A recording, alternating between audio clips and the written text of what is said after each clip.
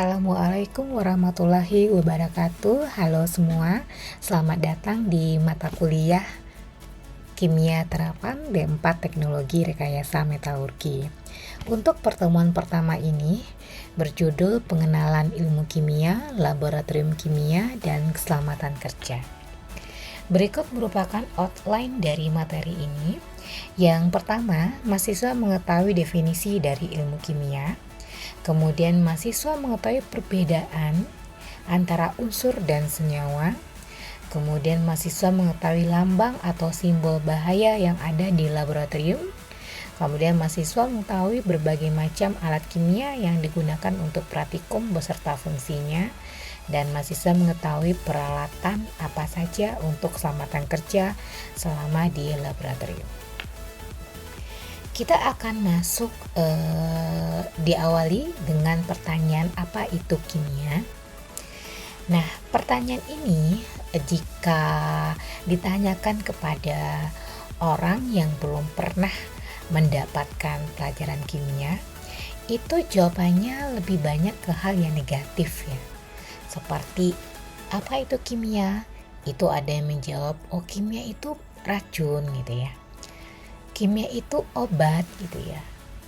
Oh kimia itu bom gitu ya.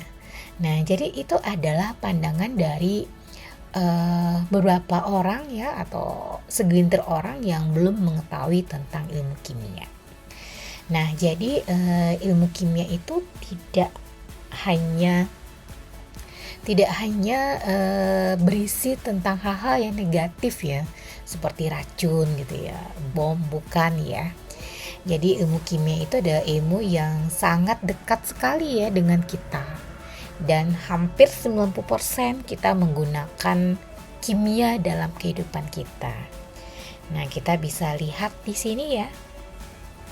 Yang pertama kita lihat di sini ada gambar-gambar ya. Gambar-gambar alat peralatan yang kita gunakan dalam kehidupan kita sehari-hari. Nah, kita lihat di sini ada air ya. Nah, air itu merupakan zat kimia dengan lambang H2O ya. Nah, sedangkan air itu adalah salah satu kebutuhan primer kita ya. Artinya itu sangat positif sekali ya kimia itu ya. Bisa mendukung kebutuhan kehidupan kita. Tanpa air kan kita tidak bisa hidup gitu ya. Kemudian kita lihat di sini ada sabun ya. Nah, sabun dari mulai bahannya hingga proses pembuatannya itu menggunakan bahan kimia dan reaksi kimia. Kemudian ada alat kosmetik ya, seperti ini merupakan alat-alat yang digunakan oleh para perempuan ya untuk mempercantik diri. Nah, ini prosesnya dan bahannya itu menggunakan kimia. Itu juga dengan ini kita lihat di sini ada cincin ya. Nah, cincin itu merupakan bahan kimia ya yang dilambangkan dengan AU ya. Kenapa AU ya? Jadi cincin itu di dalam cincin itu terbuat dari zat kimia yang namanya adalah emas. Nah, emas itu lambangnya AU. Nah, kenapa cincin itu bisa mahal ya? Karena dia terbuat dari bahan AU ini. AU merupakan bahan kimia atau zat kimia yang tidak gampang terkorosi. Oleh karena itu harganya mahal, seperti itu. Kemudian ada juga ini ada garam ya. Nah, garam juga termasuk ke dalam bahan kimia. Nah, lambangnya itu adalah Na, ada unsur Na dan unsur Cl di dalamnya. Dan jika direaksikan dia akan membentuk senyawa namanya natrium klorida. Nah, itulah yang dinamakan dengan garam dapur ya kalau dalam keseharian kita. Dan ini sangat berguna kan ya untuk kehidupan kita ya, untuk memberikan rasa pada makanan kita.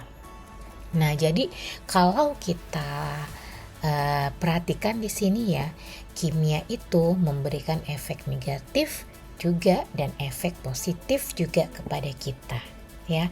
Seperti pemilihan kosmetik ya, jika ini memberikan efek negatif ke kita kalau kita tidak mengetahui kandungan apa saja yang ada di dalamnya. Karena bahan kimia itu ada yang sifatnya toksik ke dalam tubuh kita, ada yang sifatnya tidak. Ada yang sifatnya toksik dalam dosis rendah ya, sudah meracuni dan berefek besar kepada kita, tapi ada yang hanya dalam dosis sedang itu tidak berefek apa-apa ke kita. Nah, oleh karena itu perlu kebijakan kita ya dalam penggunaan bahan kimia di keseharian kita. Nah, sekarang kita lihat pengertian dari kimia secara teori ya. Jadi kimia ini adalah ilmu yang mempelajari materi dan perubahannya. Nah, di sini materi itu adalah sesuatu yang menempati ruang dan mempunyai massa ya. Jadi segala sesuatu yang ada massa ya, menempati ruang itu disebut dengan materi. Baik itu benda padat ya, benda cair maupun gas. Nah, itu semua adalah materi. Nah, untuk materi ini itu dapat dipelajari ya melalui 3 kelompok besar ya. Yang pertama klasifikasinya, kemudian sifatnya, dan kemudian perubahannya. Untuk klasifikasinya sendiri, materi itu terdiri atas zat tunggal dan campuran. Nah, zat tunggal ini terbagi menjadi unsur dan senyawa. Nah, ini adalah dua hal yang berbeda ya. Unsur diartikan dengan zat tunggal yang tidak dapat disederhanakan lagi atau tidak dapat dipisahkan lagi. Contohnya unsur itu seperti Pb ya, timbal ya. Pb hanya terdiri dari dia sendiri ya. Jadi dia tidak akan bisa kita sederhanakan lagi. Atau Fe, besi ya. Atau Au, emas ya. Atau hidrogen. Nah, itu semua dikatakan sebagai unsur. Nah, sedangkan senyawa adalah materi yang terdiri dari 2 unsur atau lebih. Nah, contohnya garam dapur tadi ya. Na tambah Cl itu menghasilkan NaCl, natrium klorida, dan itu disebut sebagai senyawa. Bisa dipisahkan NaCl ini. Dipisahkan secara kimia ya, misalkan, sehingga akan membentuk Na, unsur natrium, dan unsur klorida ya. Kemudian klasifikasi yang terdiri atas campuran.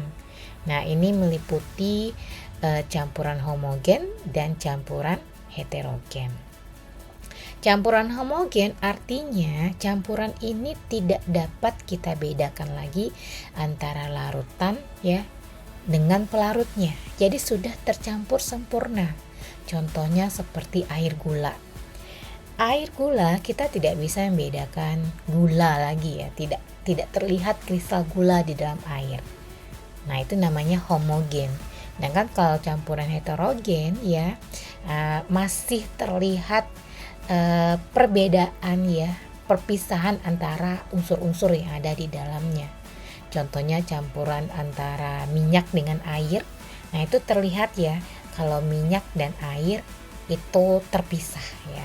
Minyak di atas, airnya di bawah. Nah, kemudian materi berdasarkan sifat itu terdiri dari sifat kimia dan sifat fisika.